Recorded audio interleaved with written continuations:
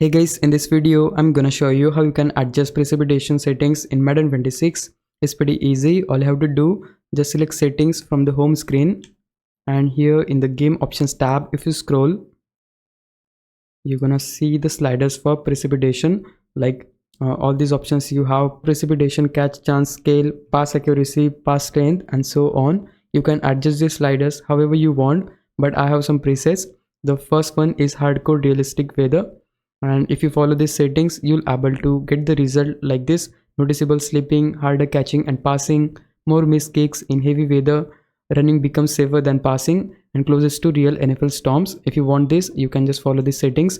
But if you want to go with the balance realism, then you can just put the settings on default, like all the settings should be on 50, and that way you'll able to get the result like this: balance and smooth gameplay.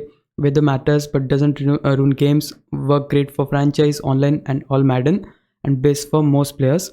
And in the end you have casual slash fun weather. If you follow these settings you'll get a result like this: there would be no sleeping, then you will get easy passing and kicking even in rain or snow, good for arcade or superstar career and casual play.